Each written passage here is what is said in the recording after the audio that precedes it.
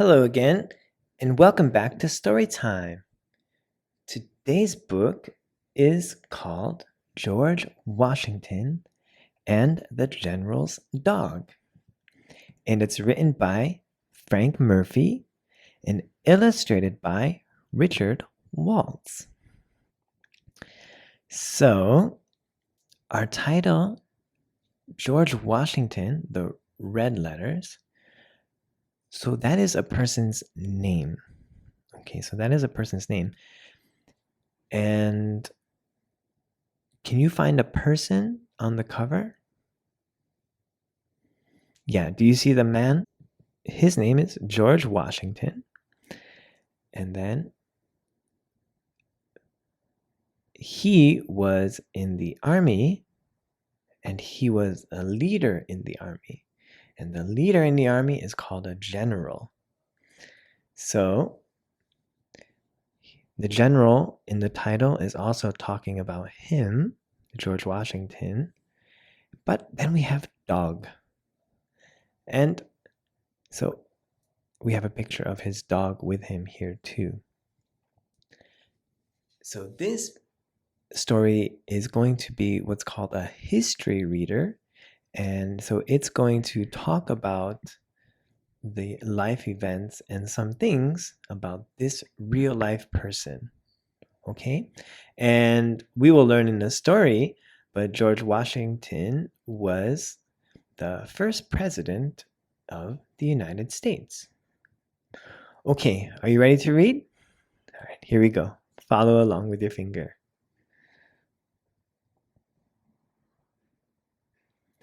George Washington is one of America's greatest heroes. Most people know that George Washington was honest and brave. But there is something about George that people don't always know. So can you find George Washington? Where is he? Yeah, there he is in the picture. So we have the three kids here looking at the picture of George Washington.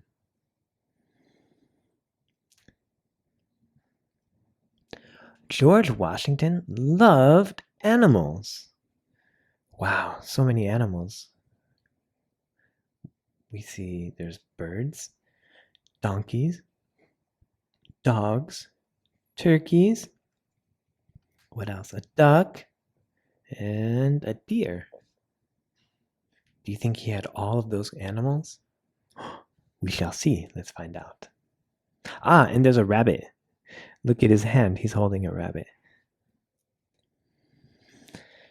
George learned to ride horses as a boy. Sometimes he rode into town. George rode fast, but he never fell. People said he was the best rider they had ever seen. So a long time ago, people didn't have cars. So cars, buses, planes, bicycles, these allow us to move, to go from one place to another quickly. But a long time ago, during when George Washington lived, they didn't have these. So they used horses to get from one place to another quickly. When George grew up, he moved to a farm called Mount Vernon. Every day, George checked on the horses and hogs. So hog is another name for a pig.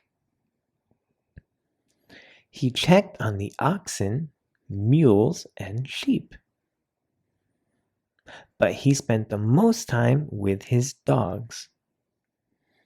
So how many dogs do we see here? 1, 2, 3. 3 dogs. George had a lot of dogs. He owned 36 dogs in his lifetime. So lifetime means from the time he was born to the time he died, his whole life. 36 dogs. He took them hunting. He played with them. He even gave them cute names like Mopsy, Sweet Lips, and True Love.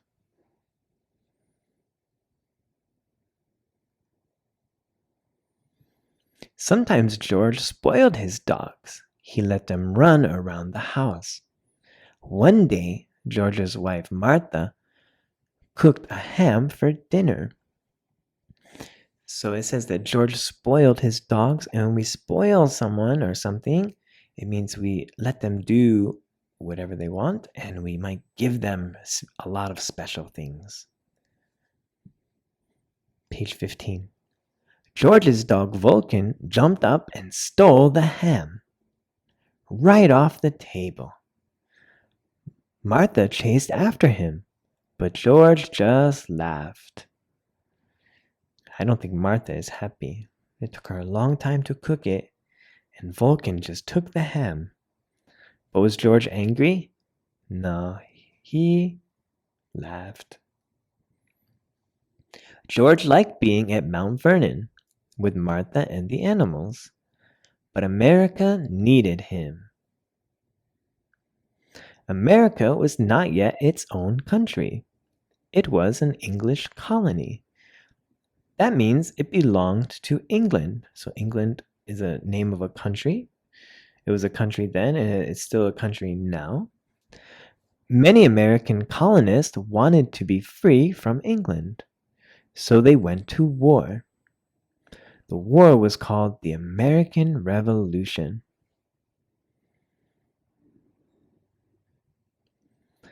The colonists chose George to be their general.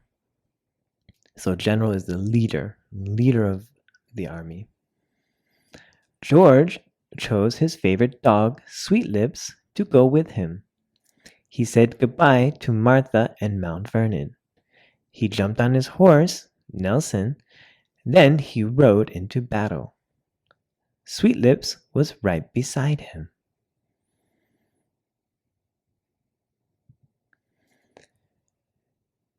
In George's day, soldiers often brought dogs with them to war. Dogs helped hunt. Dogs helped track the way. So dogs help to find the way if they get lost. Dogs helped guard against wild animals. So even though a dog is smaller than a bear, maybe the bark of a dog can scare a bear. So it can help keep them safe. Best of all, dogs were great partners or great friends. Do you have a dog or a cat or any pet? And is it your friend? Sure. The general of the English army was named William Howe. He had a dog too. He also had 9,000 soldiers. They had plenty of supplies. So supplies means all the materials they needed. So food and clothing. Yeah, these things. George did not have nearly as many supplies. Sometimes his soldiers were cold. Sometimes they were hungry. But they did not give up. Ooh, it's so cold. So what season was it? What season is it now in this picture? It's winter, right? Yes. In the fall of 1777, George's troops went to Pennsylvania. Pennsylvania is a place in America. They were fighting the English troops. Guns fired. Rat-a-tat-tat. Cannons roared. Boom! Bang! Smoke filled the air. Finally, the fighting ended. The English soldiers went back to their camp. The battle was over for the day. The smoke began to clear. George noticed a dog without a soldier. It looked lost. George bent down and patted the dog's head. Whose dog do you think it might be?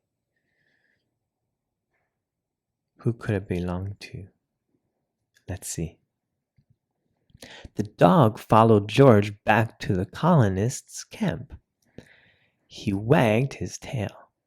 Whose dog is this? Wondered George.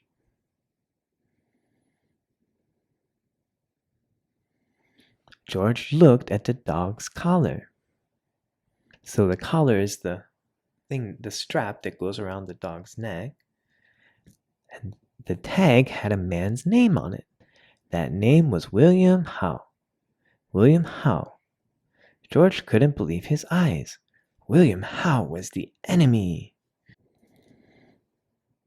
So the enemy was not his friend. Word about the enemy dog spread through camp.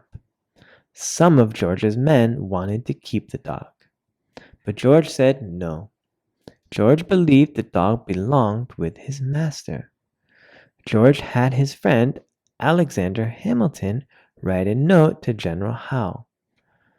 The note said that George wanted to return the dog. So do you think it's nice of George to return the dog? Let's see what happens. Both sides raised white flags. The white flags meant no one could fight. So George's soldiers walked the dog across the battlefield. They gave him back to General Howe. People in England found out about George's good deed. So good deed is when someone does something nice for somebody else.